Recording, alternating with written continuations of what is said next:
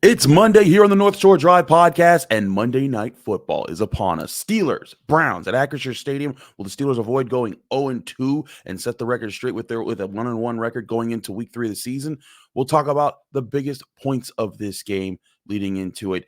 It's Chris Carter here on the Northshore Drive podcast with Ray Fittipaldo. Let's get into it. You are now listening to the Northshore Drive podcast, a show on all things Pittsburgh sports from the writers of the Pittsburgh Post-Gazette, hosted by Christopher Carter.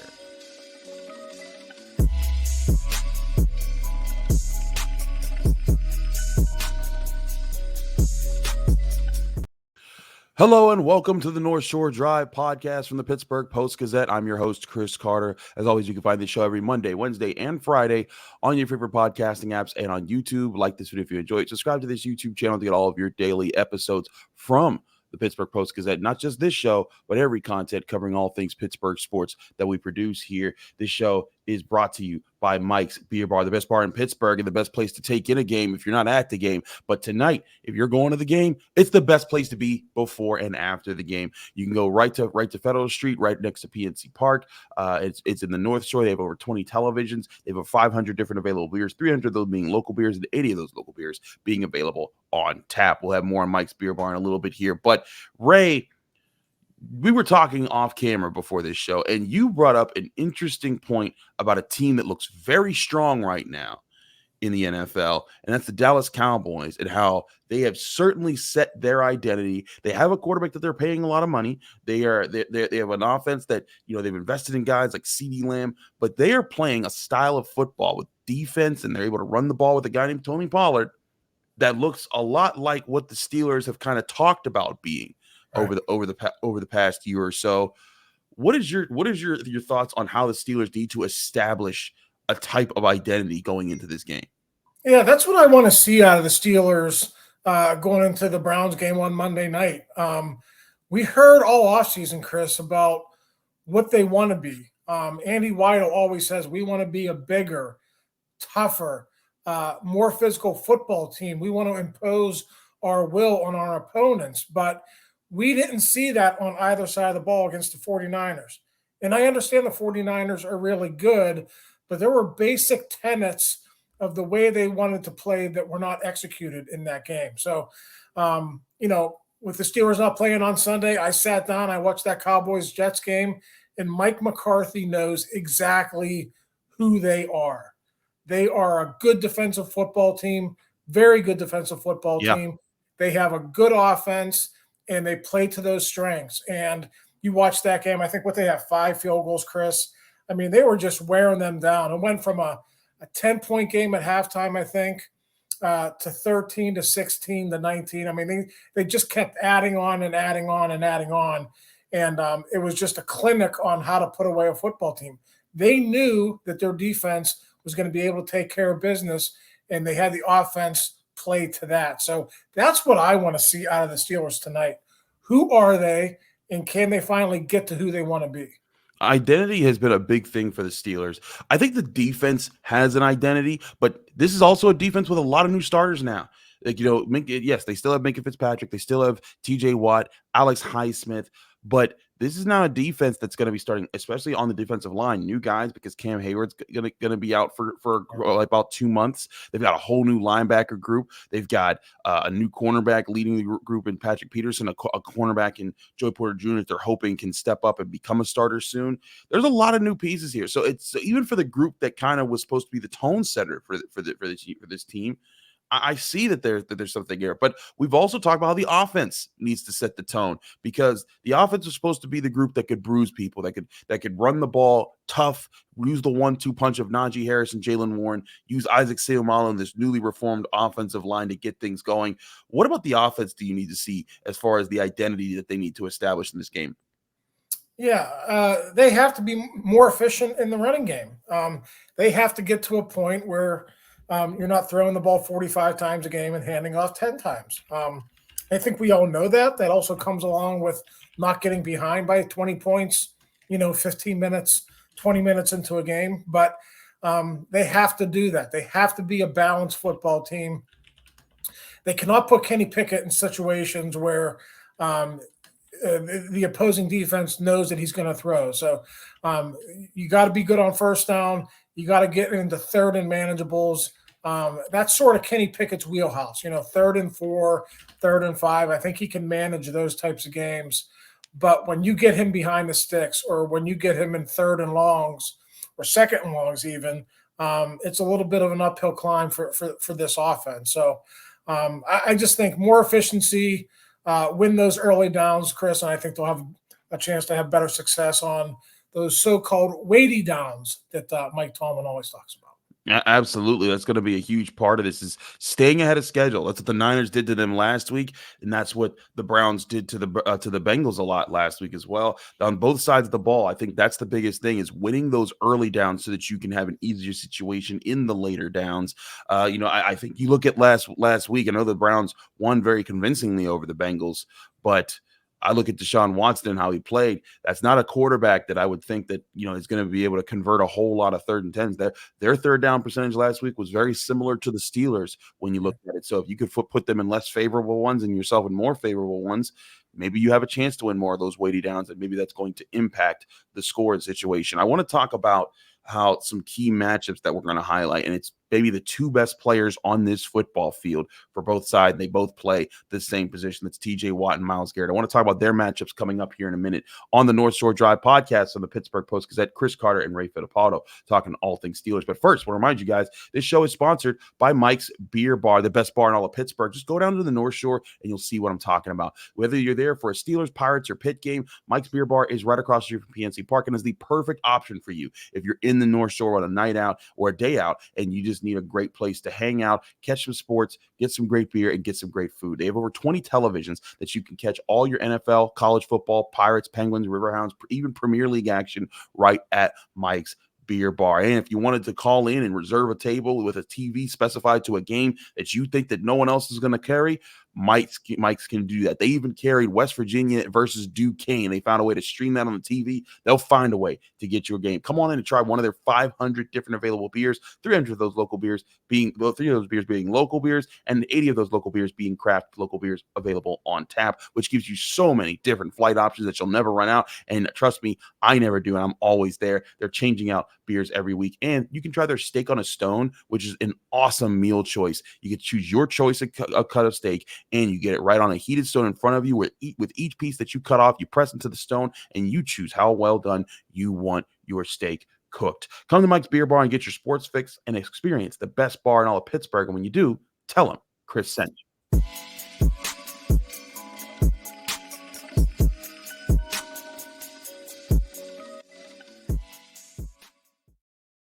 Back here in the North Shore Drive podcast, Chris Carter, Ray Fittipaldo from the Pittsburgh Post-Gazette. Ray, you wrote about a very interesting thing that came out of the Browns media, and they're talking to Cleveland's team. And one of the biggest matchups is going to be the edge rushers versus the offensive tackles. Now, the Steelers have seen this before with Myles Garrett versus Dan Moore Jr. on the left side.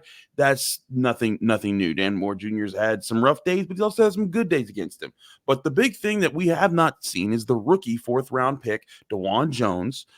They call him Big Thanos over there in Cleveland, and what he's going to have to do to match up with TJ Watt. And Dawand Jones kind of said that he sees an error or a flaw in TJ Watt's game that he's going to try to exploit. Can you explain to our audience what he was talking about here?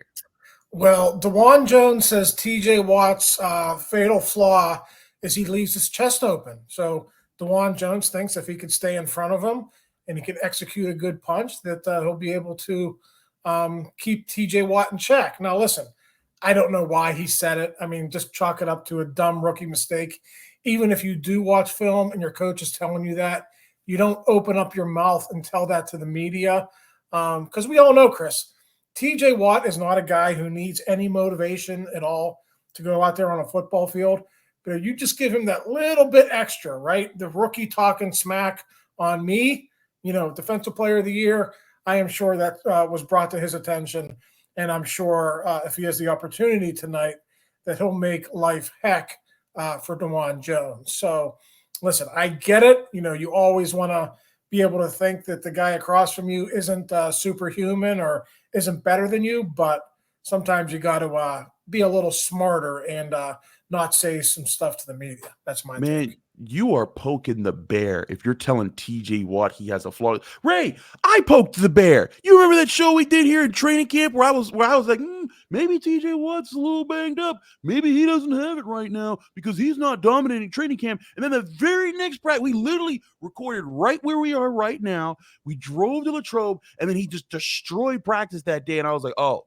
Okay, so no, he was just chilling. He was just relaxing during training camp. You don't poke TJ Watt. You don't poke the bear.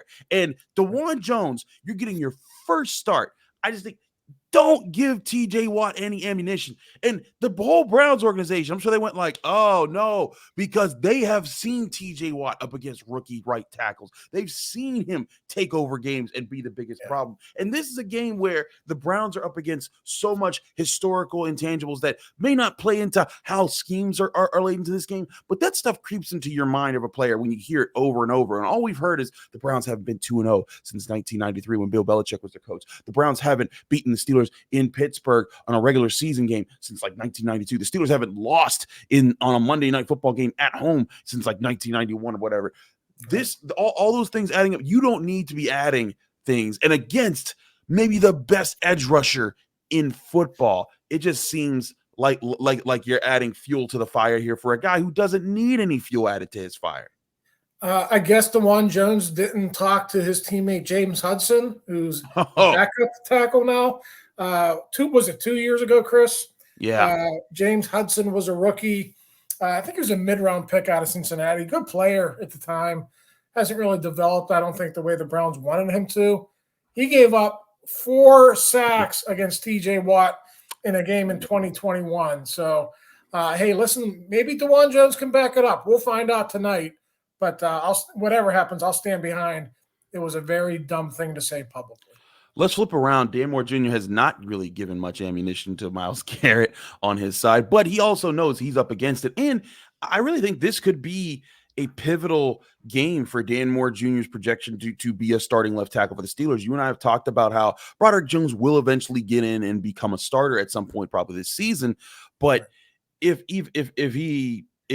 Dan Moore Jr. goes out here and struggles against Myles Garrett, that could definitely speed up that clock to midnight as far as how much longer he'd have there.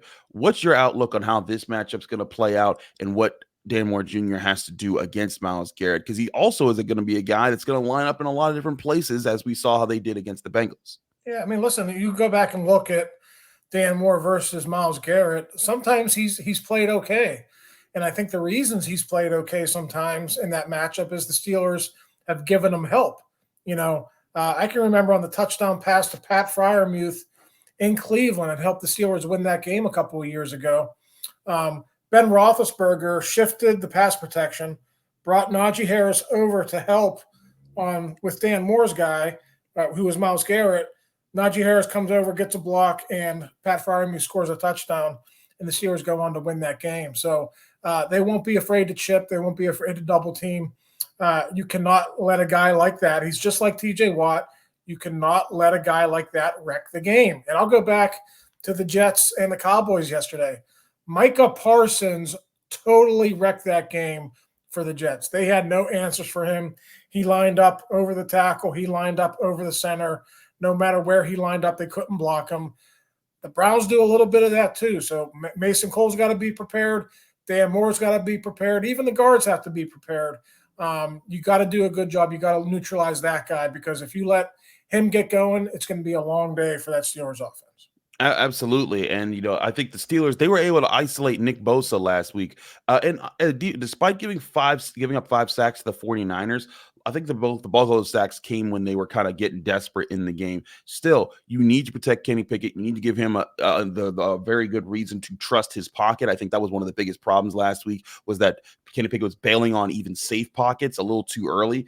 And so that's also partially on him, but the offensive line has to, I think, give him the confidence to stand up there, because this is also a defense front that's added Zadarius Smith. It's added Dalvin Tomlinson. This isn't going to be a group that you can just pick on Myles Garrett and just take him out and be like, okay, you're fine now. You have to be aware about all the different ways they're going to attack, and Jim Schwartz, the defensive coordinator, he's going to be bringing blitzes from all sides. And that's one thing that Kenny Pickett's going to have to identify a lot.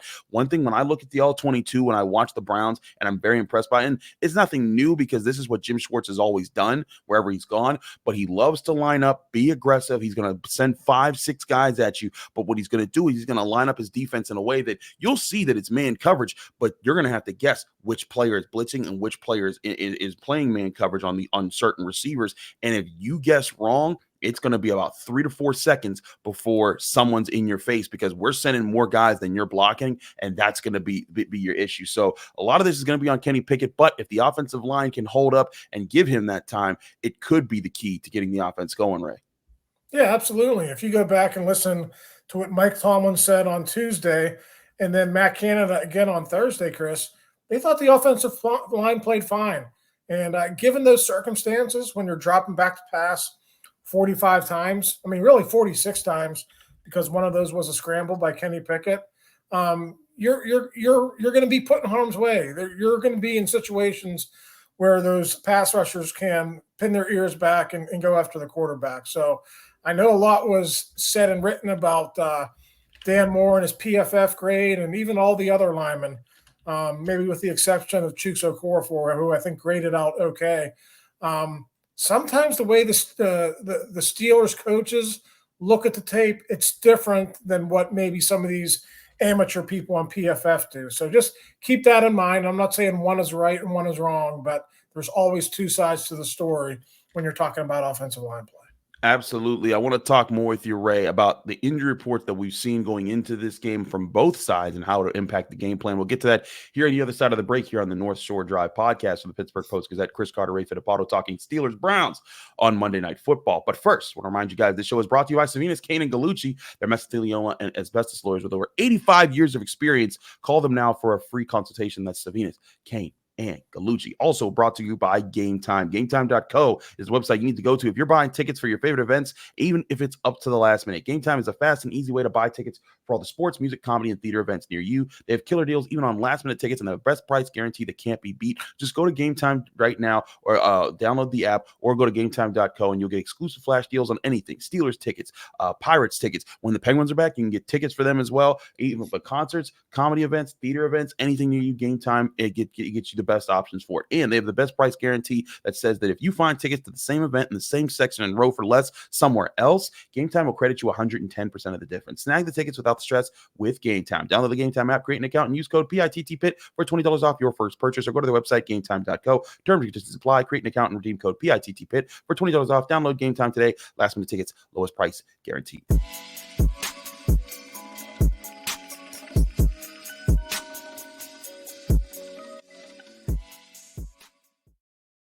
Back here on the North Shore Drive podcast on the Pittsburgh Post-Gazette, Chris Carter, Ray Fittipaldo talking Steelers, Browns.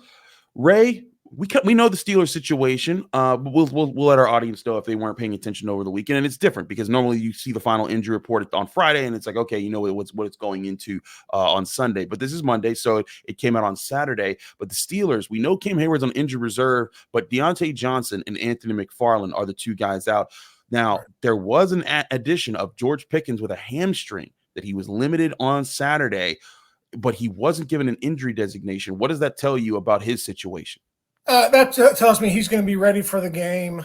They wouldn't take the chance and not include him on that report because they can get into trouble if they do that. So my take, Chris, if it was a serious injury, they would at least list him as questionable, but it was probably just a little tweak. They were being cautious, and I think that's all there is to it. You told folks the bad news. The good news is Larry Ogunjobi and Pat Freiermuth also do not have injury designations going to this game. So I think those cases, last week as they were limited in practice, just again, precautions.